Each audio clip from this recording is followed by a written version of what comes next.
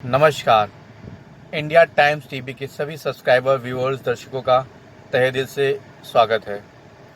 साथियों, इस देश में इस वक्त एक नया मुद्दा उठा है। वो है देश में हो रही आत्महत्याओं की बढ़ती घटनाओं के संदर्भ में आज हम चर्चा करेंगे।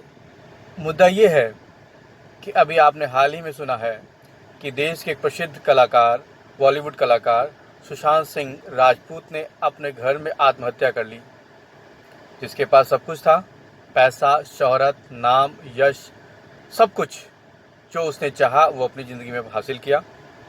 एक सामान्य परिवार से आकर एक मुकाम हासिल करना जो सबके बस की बात नहीं होती है, उस व्यक्ति ने हासिल किया और महज युवा अवस्था में आते आते उसने आत्महत्या कर अपनी ज़िंदगी को समाप्त कर लिया। क्या बात रही होगी, क्या कारण रहे होंगे कि उस व्यक्ति ने आत्महत्या कर अपनी जीवन लीला समाप्त कर ली। यह तो एक उदाहरण है जो ज्वलंत है और पूरे देश में हर समय हर टीवी चैनल पर दिखाया जा रहा है। पर बहुत से ऐसे कारण हैं जो अन्य लोग भी आत्महत्या कर रहे हैं, जिसमें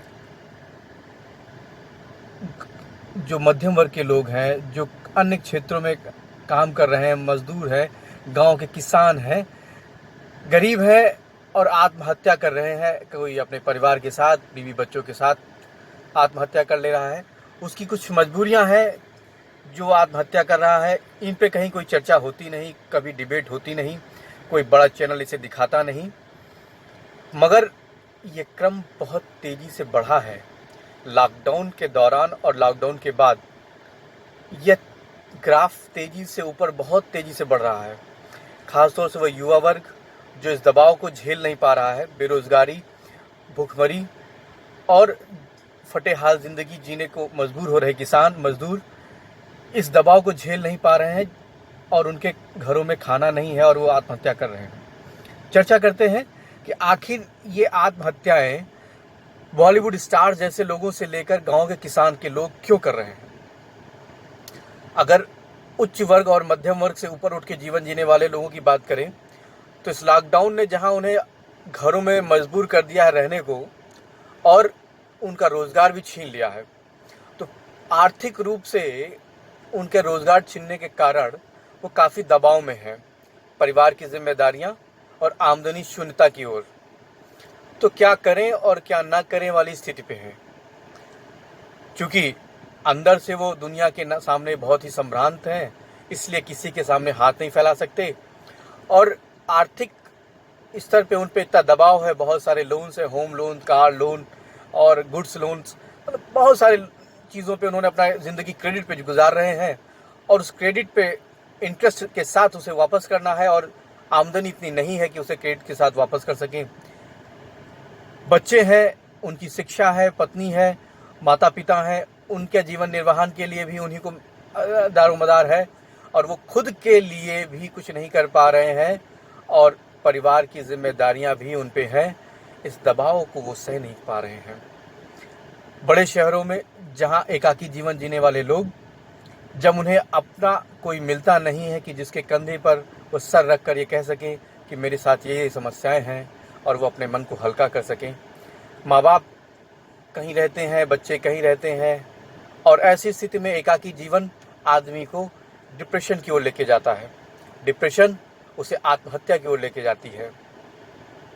यही कारण है कि उस सुपरस्टार ने, जिसके पास सब कुछ रहा मगर ज़िंदगी का बहुत कुछ उससे दूर था, और उस डिप्रेशन के दौर में उसने अपने आप को आत्महत्या कर ली और अपने आप को मौत के गाल में उतार दिया। वहीं बात करते हैं कि वो मध्यम वर्गीय लोग जिनकी आमदनी महज हज़ारों में है और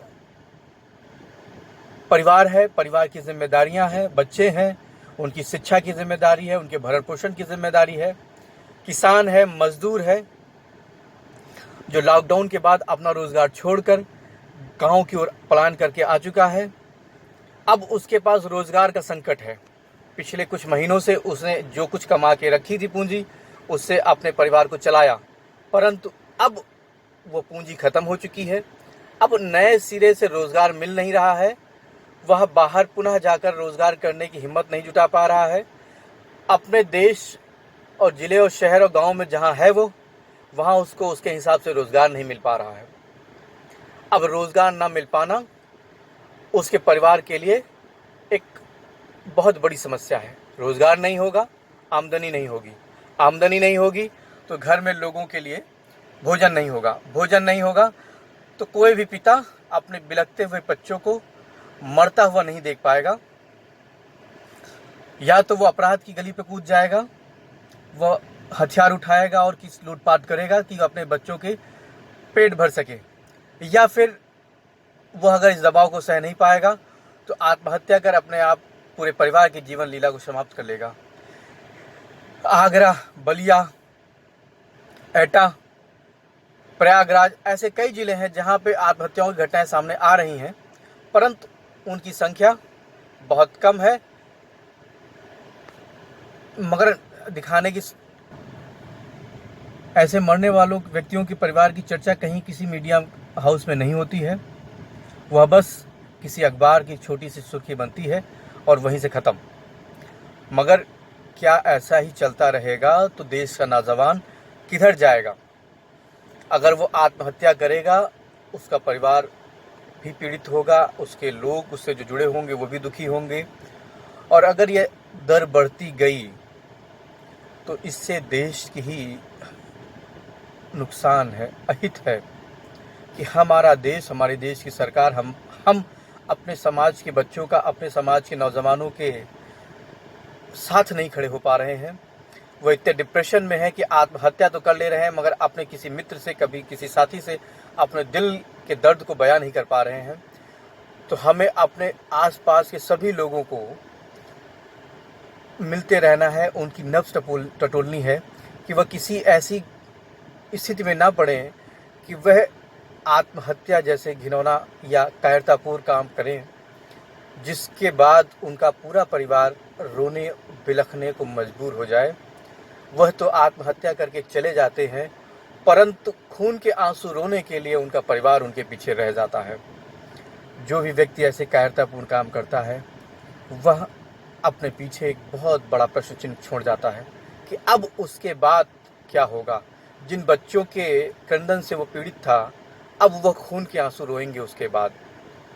तो वक्त है हर किसी को अपने आस-पास के लोगों को टटोलने की, अपने बच्चों को, अपने साथियों को, अपने मित्रों को, अपने छोटे भाई बंधुओं को, जो भी हैं, किसी भी तरह की स्थिति में है, उनके साथ प्रेम पूर्वक संबंध बनावें, उनके हर सुख दुख में शामिल होने की कोशिश करें। अपने अंदर के अहम को ख़त्म करके अपने रिश्तों को मजबूत करने का वक्त है।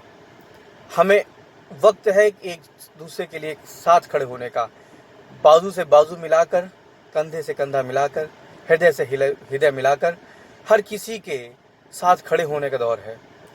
पूरा देश एक बहुत बड़े डिप्रेशन में है, चाहे वो बड़े शहरों का हो या छोटे शहरों से, चाहे वो किसान हो, चाहे मजदूर हो, चाहे मध्यम वर्गीय हो, चाहे कोई इंडस्ट्रियलिस्ट हो, सभी किसी ना किसी दबाव में है। तो ये नहीं कह सकते किसी विशेष व्यक्ति पे ही कोई दबाव है, ये सब पे है। जो उसे बर्दाश्त कर ले रहा है वो आगे है, वो आपकी ज़िंदगी आगे जी रहा है। जो नहीं कर पा रहा है वो किसी गलत ट्रैक पे चला जा रहा है। तो हमें अपनों को किसी गलत ट्रैक पे जाने से रोकना है। यही करना पड़ेगा हम सभी को, तभी हमारा देश बचेगा, हमारे अपने बचेंगे और हम भी कहीं संतुष्ट रहेंगे।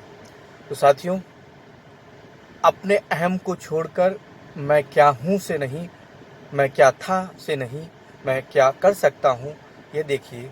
क्या स्थिति और परिस्थितियाँ हैं, उनके अनुसार अपना समाजीकरण कीजिए, अपना स्थायीकरण कीजिए कि किस तरह हम उन परिस्थितियों पे अपने आप को स्थापित कर सकते हैं और उन परिस्थितियों के हिसाब से संघर्ष करते हुए ही आगे जीवन बढ़े। मगर कभी गलत रास्ता ना अपनाएं, या गलत रास्ता या गलत कदम आपके पूरे परिवार को उजाड़ के रख देगा और आप तो चले जाएंगे मगर आपका परिवार आपके बाद तिल तिल मरने को मजबूर हो जाएगा। इसलिए अब अपनी वाणी को विराम देने के पहले मैं यही कहना चाहूँगा कि कुटुंब हो तो उसमें प्यार हो, अपनत्व हो, एक दूसरे के प्रति सम्मान हो, एक दूसरे के प्रति खड़े होने की भावना हो, तभी हम अपने परिवार को बचा पाएंगे और तभी हम हर स्थिति परिस्थिति से निजात पा पाएंगे। दौर है, मुश्किलों भरा है, सभी के साथ है, कोई व्यक्ति विशेष ऐसा नहीं है जिसके ही साथ हो। पूरे देश में सभी के साथ कुछ ना कुछ समस्याएं हैं। किसी का व्यापार टूट रहा है, वो भी सुधरेगा, ये भी वक्त गुजर जाएगा। ये नया वक्त आएगा, अंधेरा है तो उजाला भी आएगा। तो उजाले की किरण के लिए इंतज़ार करना पड़ेगा, तो रोशनी आएगी, ज़िंदगी की हर कठिनाई दूर हो जाएगी। इसलिए पॉजिटिव रहें, सकारात्मकता बनाए रखें और हंसते रहें, मुस्कुराते रहें। जीवन की हर कठिनाई को हंसते मुस्कुराते पार करें। यही ज़रूरत है, वक्त की नज़ाकत है कि हम अपने लिए कुछ करें, अपने लिए हम सकारात्मक रहें, अपने परिवार के लिए जीवित रहें और उसके साथ रहें, मिलजुल कर हर समस्या का सामना करें। बस इन्हीं शब्दों के साथ मैं अपनी वाणी को विराम देता हूँ। धन्यवाद।